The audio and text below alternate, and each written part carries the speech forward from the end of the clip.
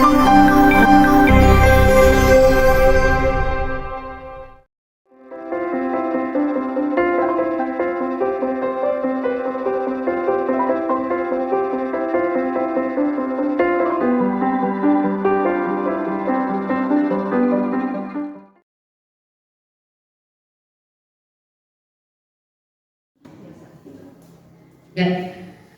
betul. Bismillahirrahmanirrahim. Assalamualaikum warahmatullahi wabarakatuh. Waalaikumsalam warahmatullahi wabarakatuh.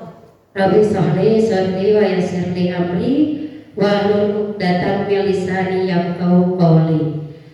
Puji dan syukur marilah kita panjatkan kehadiran Ilahi Rabbi yang mana berkat rahmat dan karunia-Nya lah alhamdulillah saya bisa bersilaturahmi dengan Bapak Ibu yang mudah-mudahan silaturahmi ini bisa memberikan manfaat yang sangat luar biasa untuk perubahan yang ke arah yang lebih positif sesuai dengan tema kita hari ini, yaitu dengan budaya positif kita lakukan perubahan menuju karakter profil pelajar Pancasila yang sudah digaungkan oleh Bapak Menteri kita, yaitu Bapak Nadiem. Salawat serta salam kita curah limpahkan kepada Baginda Nabi Muhammad Sallallahu Alaihi Wasallam. Yang terhormat dan saya ucapkan terima kasih untuk Bapak Ibu yang sudah hadir, berkenan hadir untuk mengikuti acara ini. Baik,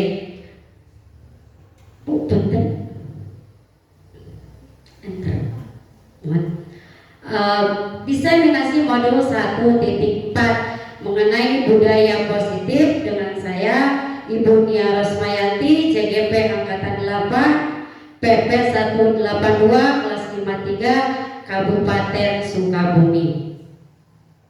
Tujuan diseminasi ini satu, menyelesaikan tugas dari pelatihan CGP modul 1.4. Yang kedua, penyebaran dan berbagi informasi mengenai budaya positif. Nah, di sini kita dituntut untuk menyebarluaskan mengenai budaya positif, ya, karena mungkin pemerintah sudah melihat bahwa anak-anak kita itu karakter atau tingkah lakunya itu sudah sedikit banyak terkontaminasi dari apa yang mereka tonton. Yang ketiga, diharapkan mampu menerapkan budaya positif di sekolah. Nah, selama ini kan kita tahunya pelaturan ya. Nah, sekarang diganti dengan budaya positif. Nih, konsep yang saya ajukan yaitu satu, perubahan paradigma, ya. Yang kedua, disiplin positif. Yang tiga, keyakinan kelas atau sekolah. Yang keempat, motivasi perilaku manusia. Nah, ini biasanya kita sebagai guru kurang memahami kenapa anak kita sering bertingkah yang dianggap oleh kita pelanggaran atau kenakalan. Ini dipicu oleh motivasi perilaku manusia dan kebutuhan dasar manusia. Kemudian yang keenam, 5 posisi kontrol guru. Yang ketujuh, segitiga restitusi. Segitiga restitusi ini yaitu bagaimana kita menangani anak atau menyelesaikan permasalahan anak. Baik Bapak Ibu, kita sekarang bermain dulu, ya, bermain dulu.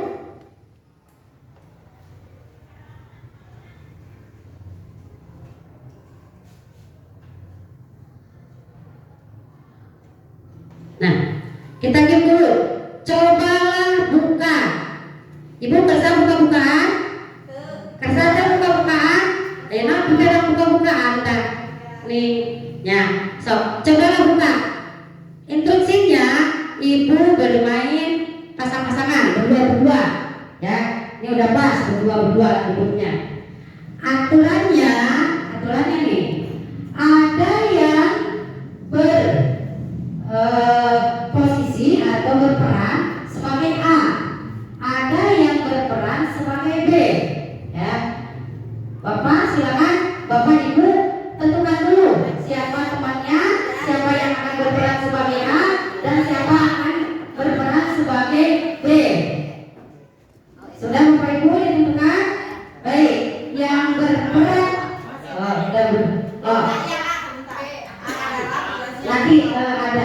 nanti ada instruksinya. Udah? Paham? Yang A, instruksinya nih. Yang A mengepalkan tangan. Ya, satu saja. Yang A mengepalkan tangan. Nah, kenapa dikepalkan tangan? Ini di bawah di dalam tangan ini ada sesuatu yang sangat berharga untuk kita. Ya, sesuatu yang tidak boleh dimiliki orang lain. Ya, sesuatu yang harus kita pertahankan. Paham? Pertahankan Ibu ya. Yang A. Yang B berusaha membuka kepala yang A. Apapun caranya. Nih, caranya boleh membujuk, boleh menggelitik, boleh menggoda. Jika itu menggoda, boleh memarahi, bahkan boleh memberi uang. Siap ya Bapak Ibu? Ya, kita main. Siapa yang berperan A, siapa yang berperan B. Permainan dimulai sekarang. Boleh berdiri, boleh bagaimanapun. Itu hanya dibuka.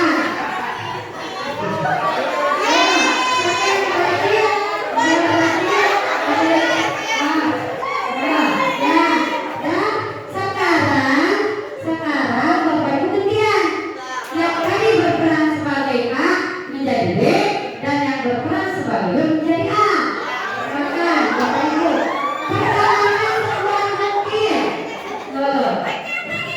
Ya, pertahankan. Ya, harus bertahan.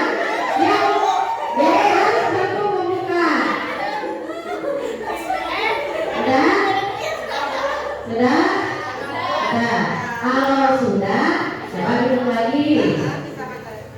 Nah, sekarang siapa yang mampu membuka tadi? Ya, boleh.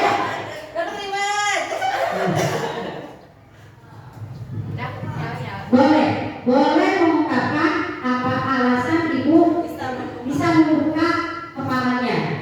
Nah, baik. Berarti kalau kita ingin sesuatu itu berarti harus dilakukan dengan sekuat tenaga. Berarti kalau kita ingin membuka tangan sekarang juga, dibukanya dengan sekuat tenaga. Harus gigih, harus perjuangan. Oh ya. Oh, mereka kenapa? Ya bagus. Kenapa Ibu? Kenapa dibuka? Kan harus dipertahankan. Coba kalau dibuka lagi di tangan kita, di suami kita,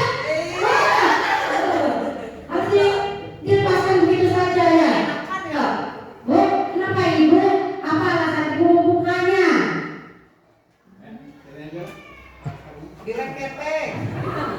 Kenapa Ibu? Harus ngomongin lagi ya. Buka. Biar di kumaha di bere duit teh.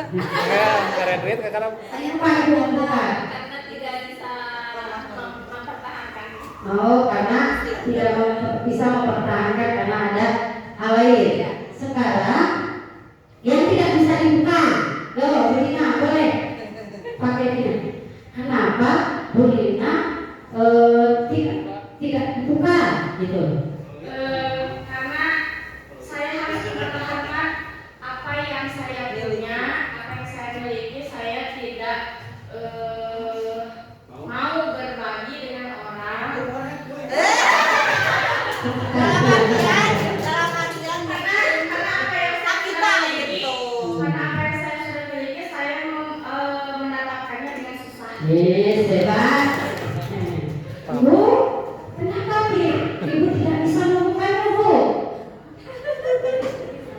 ka Allah nya.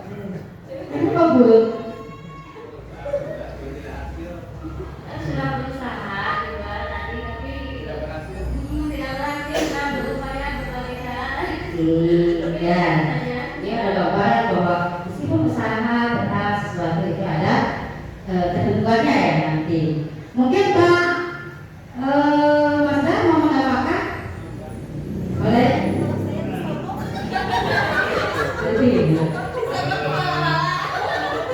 Dibuka pertama mungkin di dalam apa yang kita miliki itu ada hak untuk orang lain. Itu ya. Ini gambaran dua halaman, ya, dua halaman. Kenapa dibuka Bapak? Di samping ada usaha untuk mempertahankan hak, saya pun bekerja sama dengan Pak Masdar untuk saling memberikan hak kita satu sama lain. Coba itu tadi yang Allah cina. Ternyata sih mau biasa diolok nih.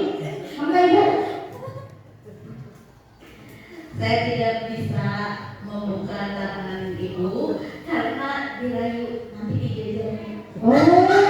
ternyata ini wanita yang mudah kena rayuan.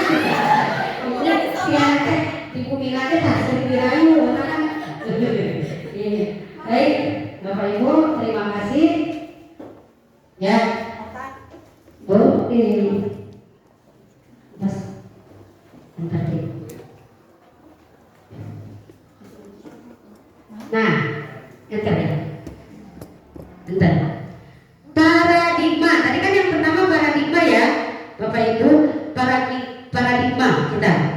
Bisakah kita mengontrol seseorang? Tadi kan dipegang ya. Bisa tidak kita mengontrol? Hah? Bisakah kita mengontrol seseorang? Tadi Bu Ani bilang bisa. Tadi Bu Lina sama Ibu tidak, ya. Bisa kemungkinan bisa ataupun tidak, ya. Baik, lanjut Bu. Nah, paradigma perubahan ini, tulisnya. Tadi bisakah kita mengontrol orang lain? Bisa tidak, bisa ya, tergantung. Nah, ini perubahan paradigmanya. Stimulus respon. Realitas kebutuhan kita sama. Kita sering menganggap bahwa kebutuhan seseorang teh sama, kebutuhan anak kita itu sama. Kudu KKM, cenanya kudu lulus KKM. Akan tetapi Bapak Ibu patut kita sadari bahwa realitas kebutuhan kita itu berbeda-beda. Bahwa manusia itu punya kebutuhan berbeda-beda. Kebutuhan dapur Bu Ani tidak mungkin sama dengan kebutuhan dapurnya Bu Lina. Begitupun anak kita, kebutuhan si A tidak mungkin sama dengan kebutuhan si B. Yang kedua, semua orang melihat hal yang sama. Pada anak kita lihat anak itu belum bisa. Kadang pun anak tidak bisa, kita suka agak kesal ya. Nah, padahal setiap orang memiliki gambaran yang berbeda-beda. Jadi setiap orang itu memiliki gambaran berbeda-beda, kemampuan berbeda-beda, bakat minat berbeda-beda. Kemudian kita mencoba merubah orang agar berpandangan sama dengan kita. Itu paradigma lama ya. Nah, yang baru kita berusaha memahami pandangan orang lain yang berbeda. Ya, kita pahami, bukan lagi seperti yang dulu. Pandangan sama, kudu sama, perlakuan kudu sama. Enggak, ya. Kemudian perilaku, nah ini yang sering kita lakukan ya di sekolah. Perilaku buruk dilihat sebagai suatu kesalahan. Budak nyoret-nyoret tembok salah, nakal. Budak ngawur-ngawur cai salah, nakal. Nah, padahal Bapak Ibu, semua perilaku itu memiliki tujuan. Ya, anak coret-coret dinding ada tujuan tujuannya. Nah, kadang kita menutup mata untuk membuka tujuan dari anak tersebut. Baik, orang lain bisa mengontrol saya. Bapak Ibu bisa mengontrol murid.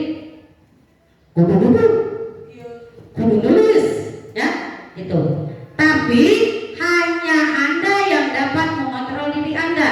Jadi murid itu yang dapat bisa mengontrol diri. Nah, itu ulang kumaha nanti ada. Ya, saya bisa mengontrol orang, saya bisa mengontrol orang lain. Bisa, ya.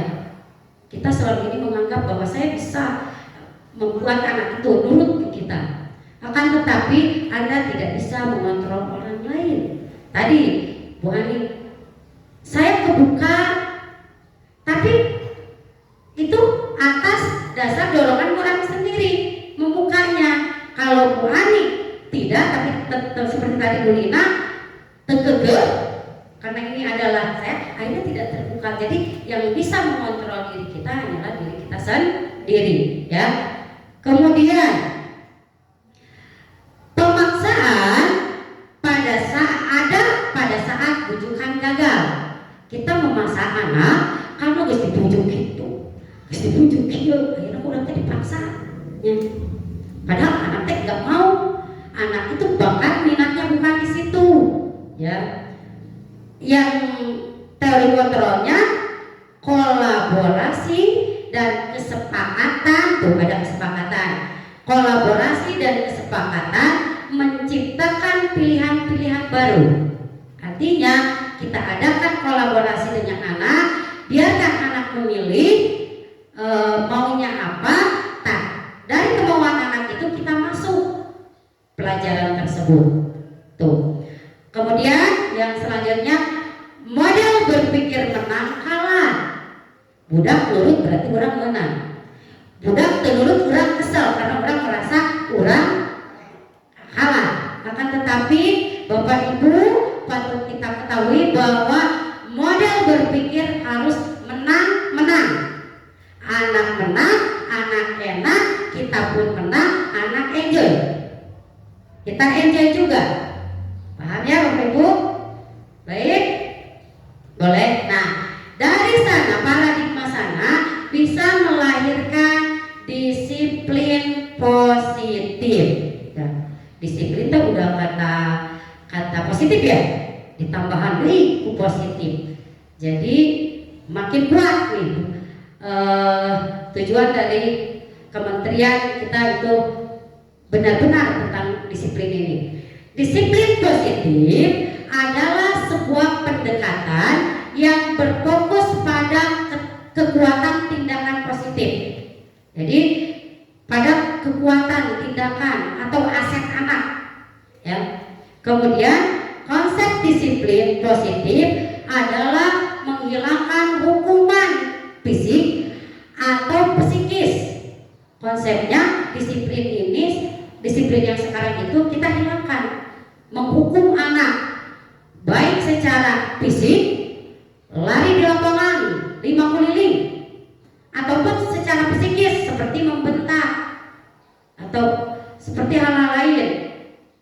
Adalah menghilangkan hukuman fisik atau psikis adalah cara terbaik merubah perilaku seseorang. Ya, ternyata itu. Disiplin positif berfokus pada hal yang mendorong anak untuk merubah perilaku buruk menjadi perilaku baik yang bersifat permanen. Ya, disiplin positif itu tidak anak itu bersikap perilakunya ditegur, tapi seminggu kemudian itu deh. Anak hari ini berkelahi, kita tegur, kita damaikan, tapi seminggu kemudian dia berkelahi lagi. Nah, dalam disiplin positif ini itu yang diusahakan untuk kita supaya tidak terjadilah lagi. Baik, ya. Dengan cara apa? Dengan cara keyakinan kelas. Dengan cara kita membentuk keyakinan kelas terlebih dahulu. untuk untuk menumbuhkan budaya positif. Ya. Apa itu keyakinan kelas? Yaitu model untuk menumbuhkan budaya positif yang didasari motivasi intrinsik, motivasi yang ada pada diri kita tadi secara ikhlas membuka, ya, tidak lagi dipaksa. Kalau dipaksa berarti ada dorongan dari eksentrik dari luar. Nah, ini harus ada dalam diri supaya apa? Supaya tidak terulang kembali. Adapun keyakinan kelas itu bisa disusun oleh kita atau kita bisa menyusunnya, yaitu harus rinci dan konkret. Hal-hal yang konkret terjadi di dalam kelas. Kalau itu keyakinan kelas, kalau keyakinan sekolah beda lagi, ya. Yang kedua, menggunakan kalimat positif, ya. Menggunakan kalimat positif. Kalau itu kesepakatan kelas, bisa nih yang 1B itu kesepakatan kelas, yang di kelas ini ada kesepakatan kelas, itu bisa menggunakan kalimat negatif. Di situ ada tidak mencoret-coret, itu kalimat negatif. Nah, akan tetapi dalam budaya positif ini menggunakan kalimat positif. Bagaimana caranya nanti? Diterapkan, harus diterapkan di lingkungan sekolah dan dipatuhi oleh seluruh warga sekolah. Selanjutnya, warga sekolah harus berkontribusi. Artinya kalau di kelas 1B berarti semua, baik itu wali kelasnya ataupun anaknya, harus berkontribusi. Bagaimana caranya membuat keyakinan kelas? Nah,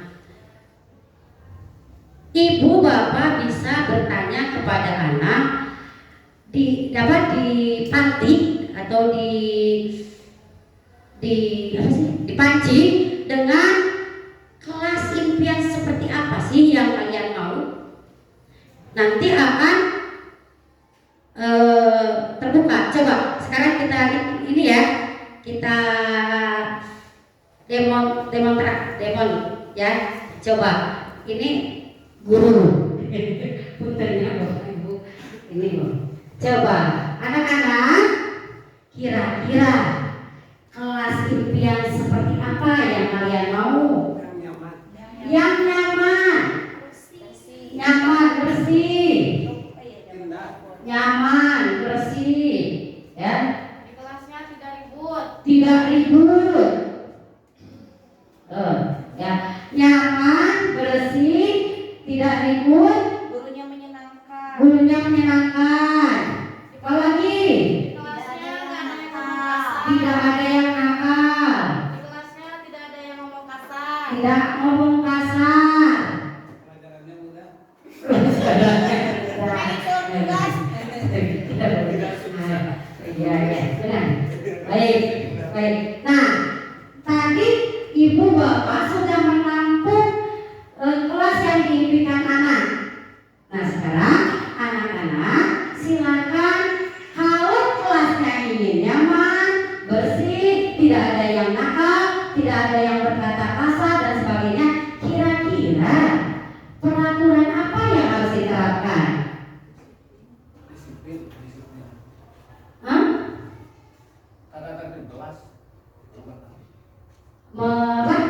Harus bersih, kelasnya dibersihkan, berarti nyaman. Tata tiket. Harus ada yang nyaman dulu. Nah, kelas harus nyaman, berarti harus apa? Peraturannya harus apa? Enggak nyamannya tidak.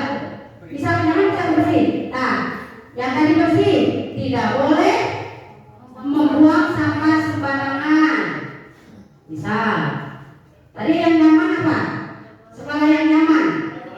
Melaksanakan peraturan. Kalau nyaman itu sudah melaksanakan peraturan. Berhasil. Ya, berarti tidak gaduh ibu, tidak boleh gaduh. Pak Maslan tadi apa? Tidak boleh. Kalau ini boleh. tidak boleh gaduh. Kemudian apalagi tadi Pak Master namanya? Tambahannya melaksanakan peraturan kelas. Melaksanakan peraturan kelas. Ini ada tidak berkata kasar. Peraturannya apa? Sanksi, ada sanksi bagi yang kasar. Berarti Dilarang. dikenakan Dikenakan sanksi Diken- dikenakan sanksi apabila berkata kasar. Boleh. Apalagi menghargai sesama teman. menghargai sesama teman. Tuh, kan? Nih, Ibu Bapak, yang disebut peraturan kelas itu biasanya kalimatnya negatif. Tidak boleh ribut di kelas. Tidak boleh terlambat masuk ke kelas.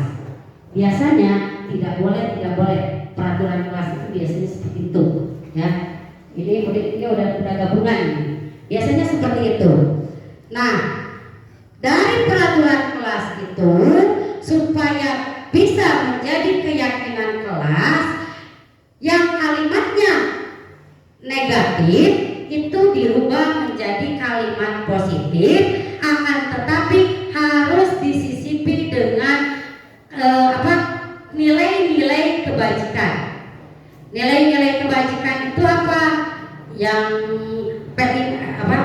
profil pelajar Pancasila, beriman dan bertakwa, bernalar kritis, mandiri, berwirausaha global dan lain-lain. Dan ditambah oleh gotong royong, saling menghargai, banyak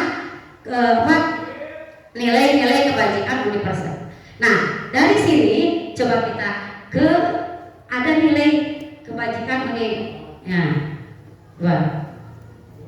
ini udah nih, menghargai sesama teman. Tapi konkretnya apa? Menghargai sesama teman, konkretnya apa? Itu kan bisa luas konkretnya. Menghargai sesama teman dengan cara tidak saling mengejek. Seperti itu, ya. Berarti menghargai sesama teman dengan tidak saling mengejek. Kemudian, tidak boleh membuang sampah sembarangan. Buang sampah pada tempatnya. Nilai kebajikannya, menjaga kebersihan kelas dengan kemudian melaksanakan peraturan kelas. Nih kalimatnya gimana? Melaksanakan peraturan Membuat kelas nyaman. ya. Datang tepat waktu. Nilai kebajikannya apa? Disiplin dengan cara datang tepat waktu ke kelas. Paling pintar nih. Alhamdulillah, masya Allah. Ya.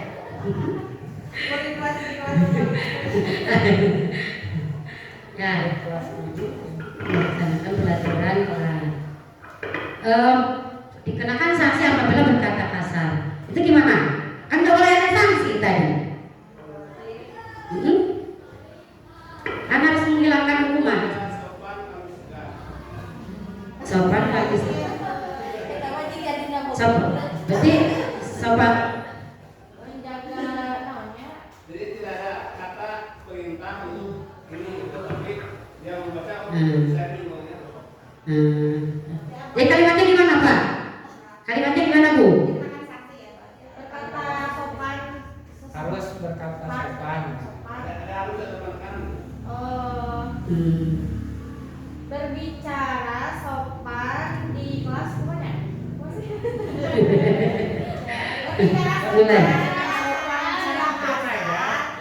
Berbicara dengan sopan santun itu aja. Menjadi lebih tentram. Berarti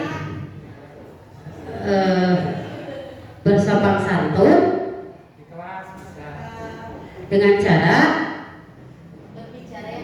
berbicara yang Berbicara yang santun beren. Sopan. Ya. sopan, Berbicara yang sopan dan santun.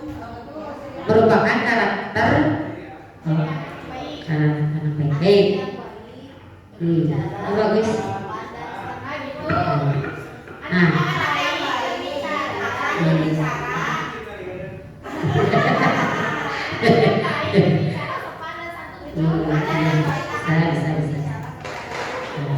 Kata nu yang penting mana? Ya, makanya Bapak Ibu ketika mengajar ke kelas, ketika anak berbicara salah, itu nggak ada yang salah. Ya, semuanya benar meskipun pada kenyataannya mungkin ya ada benar ada salah. Baik, itu. Udah bagus, udah mulai. Nih, Bapak Ibu, ada yang saya pernah buat dengan anak-anak di SMP, contoh keyakinan kelas. Disiplin dengan masuk kelas, disiplin dengan masuk kelas, tepat waktu dan ucapkan salam, berdoa sebelum dan sesudah belajar, bekerja sama menjaga kebersihan piket kelas dan buang sampah pada tempatnya, kemudian saling menghargai dan dengan memperhatikan dan mendengarkan guru atau teman yang sedang berbicara. Yang ketiga, berkomitmen untuk menjaga kekompakan dan saling membantu. Ini caranya Bapak Ibu bisa melibatkan anak. Kalau SD biasanya sticky note ya. Sticky note, anak sudah nulis, nempel-nempelkan kayak dirubah. Seperti tadi ayat kolom-kolom gitu, anak beberapa kali. Itu ya Bapak Ibu. Paham ya Bapak Ibu? Ya. Lanjut. Nah, tadi ternyata Bapak Ibu tingkah laku anak itu ada motivasinya. Mereka berlaku dan bertindak tak dari keyakinan kelas tadi yang sudah disepakati. Pasti saja ada anak yang melanggar. Nah, ketika anak melanggar itu jangan langsung menjudge anak nakal. Akan tetapi Ibu pahami bahwa ada 3 motivasi perilaku manusia yang mempengaruhi tingkah lakunya. Yang pertama, untuk menghindari hukuman atau ketidaknyamanan. Anak biasanya dia berlaku baik, tidak kesiangan dan sebagainya, itu karena dia takut ditegur sama Pak Masdar, takut dimarahi sama Bu Ani misalkan, ya. Tuh, itu berarti motivasi dari mana? Dari luar, eksternal. Yang kedua, untuk mendapat imbalan atau penghargaan, hadiah dari orang lain. Misalkan kalau kelasnya bersih, nanti ada hadiah ataupun nanti dapat predikat kelas terbersih. Berarti itu masih motivasi dari mana? Dari luar. Nah, harapan dari budaya positif adalah bahwa manusia itu harus punya dorongan dari dalam diri. Trik yang tadi, yaitu untuk menjadi orang yang mereka inginkan dan menghargai diri sendiri dengan nilai-nilai yang mereka yakini. Nah, ini yang jadi harapan untuk budaya positif itu. Jadi yang ketiga, anak ingin menjadi apa yang mereka inginkan untuk menghargai diri. Jadi saya datang ke sekolah tepat waktu karena saya bertanggung jawab. Anak harus punya pikiran sampai di sana. Kemudian karena saya ingin menghargai diri sendiri, menjadi orang yang bertanggung jawab. Seperti itu ya Bapak Ibu. Terus, nah, selain motivasi, ada 5 kebutuhan manusia yang mempengaruhi tindakan-tindakan anak itu sering sering melanggar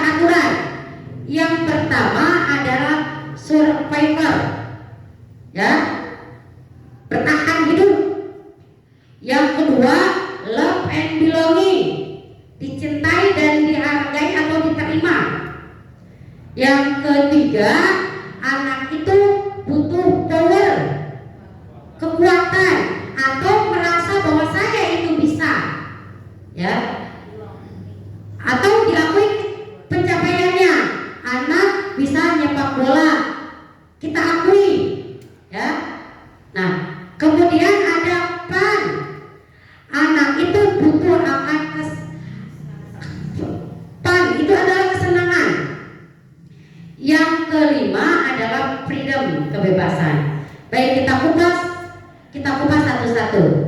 Survival, kebutuhan bertahan hidup, nih, yaitu mengenai kesehatan, sandang, pangan, papan, dan merasa aman. Ketika anak memiliki rasa aman, sandang, papannya terpenuhi, maka biasanya anak tidak. Tapi yang sering terjadi di sekolah, anak baru aja kita masuk, Bu, hoyong ke jamban, ya, anak itu pergi keluar, tapi ternyata bukan ke WC atau bukan ke air, tapi kemana? Ke warung jajan. Karena apa?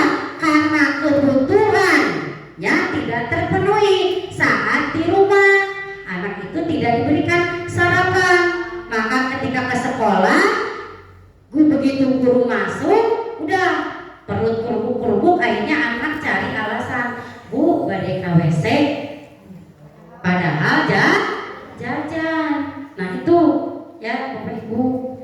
Ataupun kesehatan, anaknya sering sakit, akhirnya minder, ya, tidak punya kepercayaan diri. Kemudian love and belonging, merasa anak itu tidak dihargai. Di rumahnya dicarekan we, serba salah. Datang ke sekolah, gitu gini guru-guruna. Cek anak teh, aduh, orang di rumah dicarekan kalau tehnya aman. Di sekolah guru nyarekan tehnya aman deh. Nah gitu. Akhirnya dihargai dalam kelompoknya, tidak bergabung, tidak dihargai, apalagi sama teman-temannya sering dikucilkan. Itu lengkaplah sudah penderitaan anak. Akhirnya anak bersikap beletak ya, abatur atau kumahnya berontak. Nah, kebutuhan power, kekuasaan, rasa kompeten atau diakui pencapaiannya. Kadang di rumah, mana mah bisa tinggal ukur gitu kan gitu. Bisa tinggal ukur main HP anak sudah di situ sudah merasa dirinya tidak dihargai. Siapa tahu pada dia itu bikin videonya gitu. Nah, ternyata pas ke sekolah, kamu masih gitu aja nggak bisa. Ya, kita sering mengeluarkan kalimat, "Berapa mau diisi oke menit?" Tidak bisa kan gitu, ya. Nah, itu. Kemudian pan, kebutuhan akan kesenangan pembelajaran. Anak coret-coret dinding. Kita taunya, atau budak teh. Padahal anak itu butuh kesenangan. Mangga. Anak itu butuh kesenangan, butuh ruang untuk dia menuangkan kesenangannya. Ya, anak itu lempar-lempar bola sampai kena ke orang lain. Nah, dunianya anak adalah dunianya bermain, mainnya pan. Kita juga tadi main, seneng ya? Seneng, apalagi anak-anak kita. Kemudian freedom, kebebasan, kebutuhan membuat dan bertanggung jawab atas pilihan, kesempatan untuk memilih. Anak itu sodorkan oleh kita, kamu gak bisa ini, maunya apa, maunya bagaimana, ditanya nanti. Makanya di sini ada di pelajaran kami CGP ada modul 2.1 yaitu tentang pembelajaran berdiferensia. Pelajaran berdiferensia itu adalah satu pelajaran, tapi kita sebagai guru bisa menggunakan beberapa metode tergantung bakat, minat dan kemampuan anak yang diobservasi oleh kita diagnostik ya. Anak masuknya ke audio, apa ke visual atau ke kinestetik. Jadi itu pahami, nanti dengan materi itu kita kelompokkan anak sesuai. Itu salah satu untuk memberikan kebebasan kepada anak. Ya, lanjut. Nah, yang tadi untuk menciptakan budaya positif itu ada 5 kontrol untuk guru. Ya, nih kita biasanya di posisi mana ya, Bapak Ibu, kita kenali diri kita sekarang. Ada ini menurut dosen ya, William, penghukuman. Penghukuman biasanya ditandai spontan. Itu anak telat langsung ya, tanpa ditunda. Dengan suara tinggi. Kemudian bahasa tubuh, mata melotot. Benar geus kabarengan deui gitu kan? Ya. Emosi ya, menghardik, menunjuk, bahkan kabarengan lari 5 keliling. Tuh kan? Tuh. Ternyata Bapak Ibu, hal tersebut berdampak kepada anak. Apa dampaknya? Anak cenderung agresif. Ya, agresifnya negatif di sini. Kemudian marah, mencoret-coret dinding. Salah satunya nih, itu entah anak itu dibentak di rumah, dihukum di rumah atau dihukum di sekolah. Kemudian anak itu punya rasa dendam. Meskipun udah dewasa, saya pernah melakukan penghukuman. Ternyata pas ketemu dengan anak tersebut, ibu ingatkan itu ke Abi. Oh ya, ingat bahwa lagi kata ibu. Jadi ternyata itu menempel pada anak. Artinya anak menyimpan rasa dendam dalam diri meskipun dendamnya tidak ekstrim ya. Tuh, pembuat rasa bersalah. Yang poin kedua, kontrol kedua adalah pembuat rasa bersalah. Berbicara memelas, ya, halus, kita sedih, ya.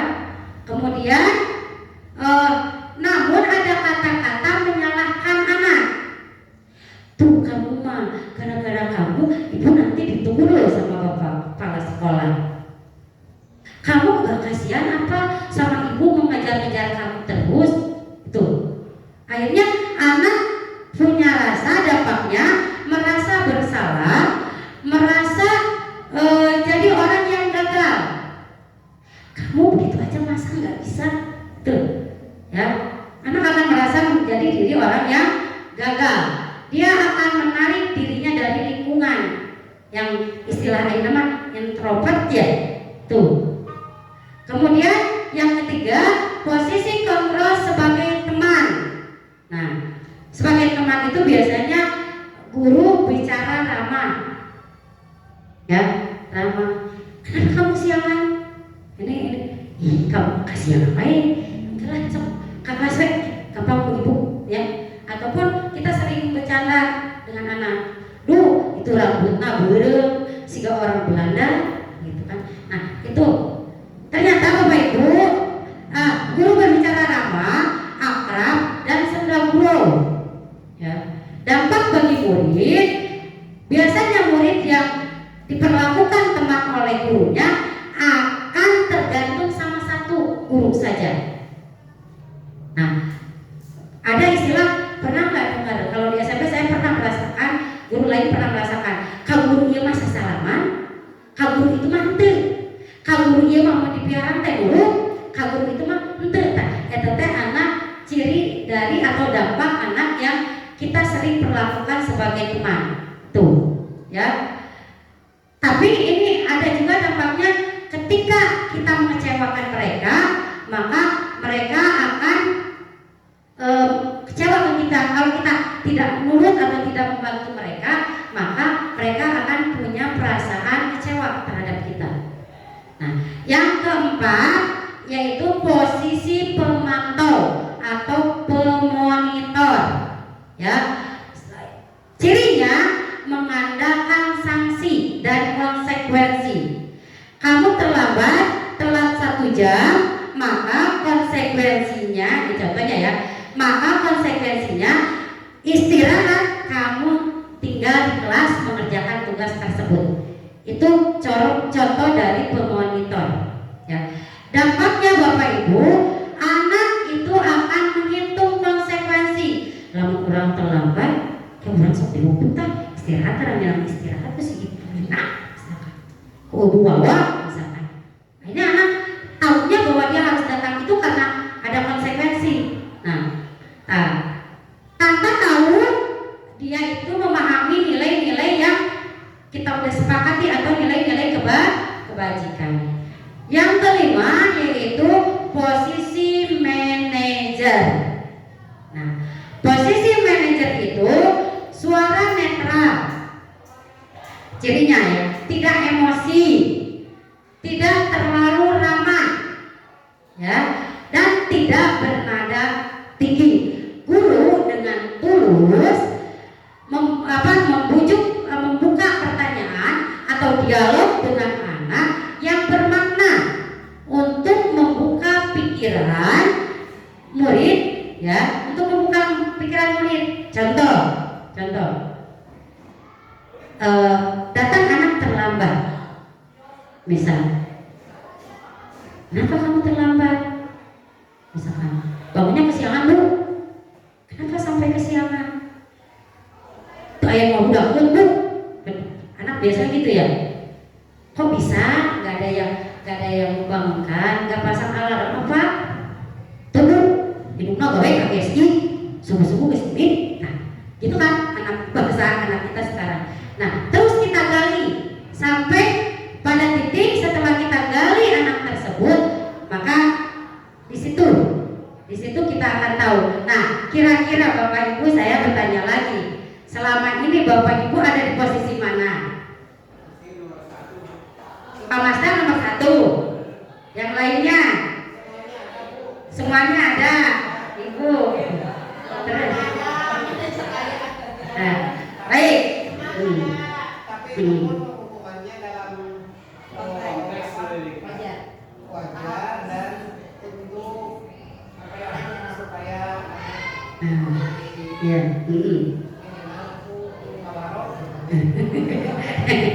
iya, minimal ngawaro artinya. Tapi nggak boleh Ibu. Kumaha ta? hukumannya kan ke depan. Gitu. Gimana kalau ternyata anaknya minatnya tidak di situ? Iya, baik. Ini ya Bu, kita di sini diharapkan bahwa kita menduduki posisi manajer. Bagaimana posisi manajer itu? Maka menggabung bahwa ya, ini ada segitiga restitusi. Apa itu segitiga restitusi? Yaitu salah satu metode untuk menyelesaikan anak secara manajer. Yang pertama, 1, menstabilkan identitas. Ya. Tahap pertama, ketika ada anak yang melakukan pelanggaran, maka stabilkan dulu identitasnya. Jangan sampai diri merasa menjadi orang yang enggak. Setiap orang, kita bilang, setiap orang pernah melakukan itu. Ya, kamu bukan satu-satunya orang yang melakukannya. Ada kalimat seperti itu. Kemudian yang kedua lah, validasi tindakan yang salah. Kita validasi tindakan yang salah. Kamu tentunya punya alasan kenapa kamu melakukan hal tersebut. Biarkan anak itu bercerita. Apa? Ya. Kemudian, adakah cara efektif untuk mendapatkan apa yang kamu butuhkan? Itu tuh kamu tentu punya alasan untuk melakukannya. Nanti anak menjawab, kenapa alasannya? Nanti Bapak Ibu gali lagi apa yang menjadi alasan anak tersebut. Adakah cara efektif ya, supaya kamu tidak kesiangan? Biarkan anak menjawab sendiri. Kemudian yang ketiga, menanyakan keyakinan kelas. Tadi kita udah bikin keyakinan kelas, maka tanyakan kepada anak, keyakinan kelas apa yang telah disepakati. Kamu datang ke sana tadi kan ada tepat waktu ya, anak akan menjawab. Atau keyakinan kelasnya. Kemudian kamu ingin menjadi orang seperti apa? Di situ. Ya, paham Bapak Ibu? Bisa praktek? Nanti satu sebagai guru, satu sebagai murid. Bisa? Bisa. Ke yang tadi terima kontrol. Nah itu. So, silakan berdua aja ya. Boleh di nih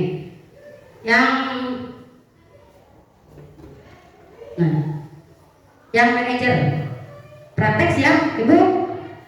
Ada yang sebagai manajer guru, ada yang sebagai murid. Ya, siapa? Murid. Siapa yang jadi gurunya? Mangga.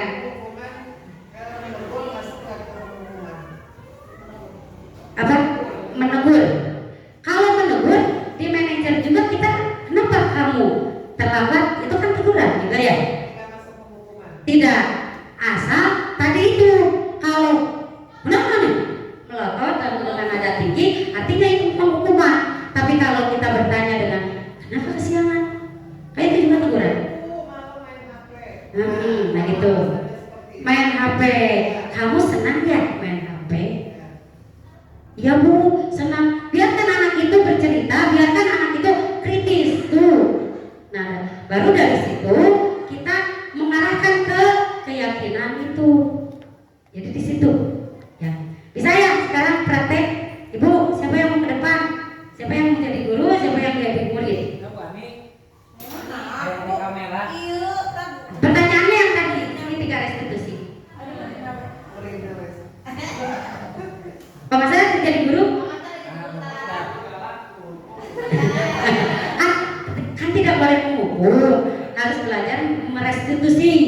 Sekarang segitiga restitusi. Ya, siap ya.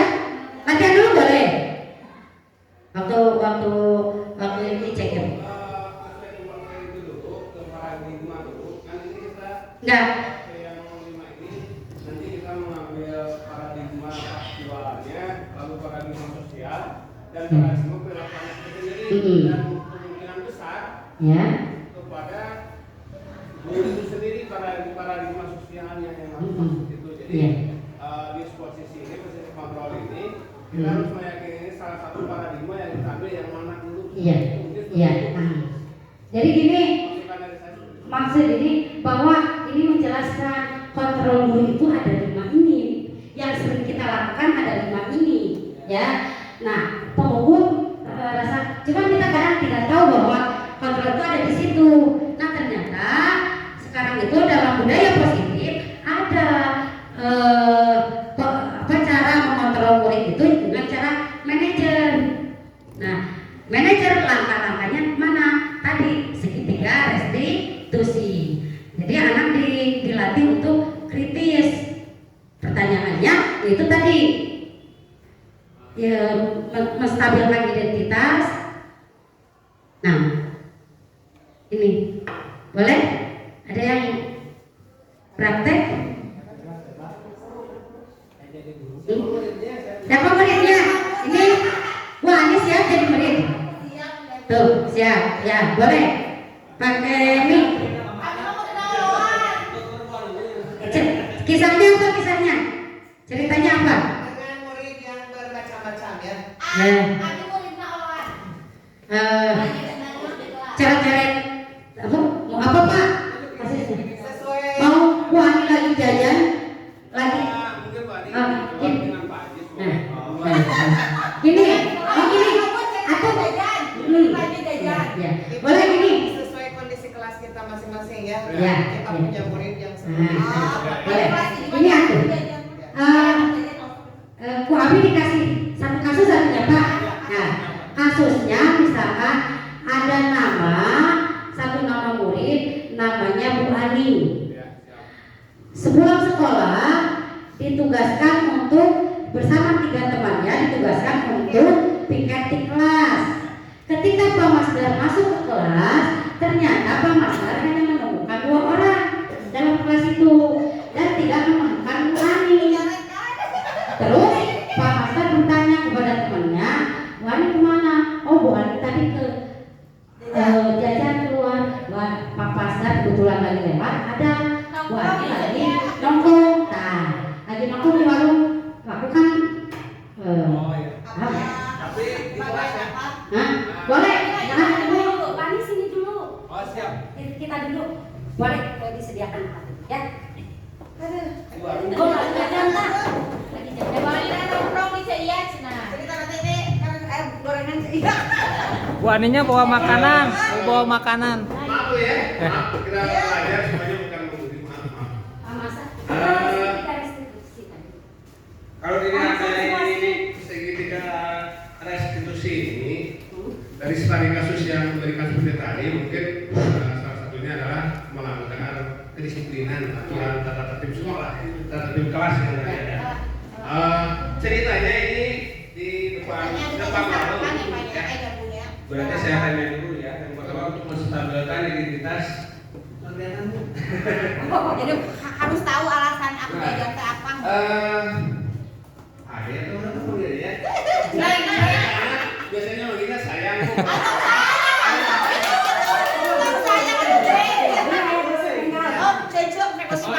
Oh iya. Nges bakat. Kelas 1 kan kelas 1. Neng we aja, neng aja. Oh, kelas 3. Neng, atau biasa ada neng.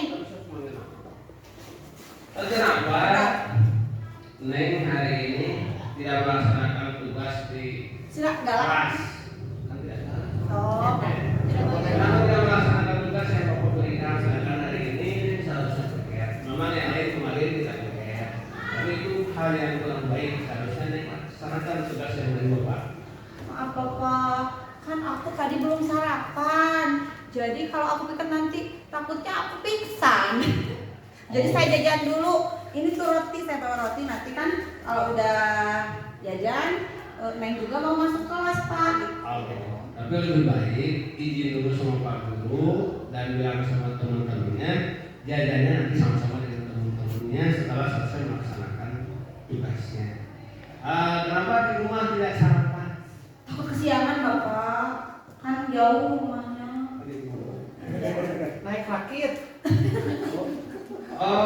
Apakah tidak disediakan makanannya oleh orang tua lebih baik pagi-pagi atau ibu bapaknya tidak ada siang? Mamanya kerja di GSI, ayahnya jauh gitu. Kira-kira lu ya?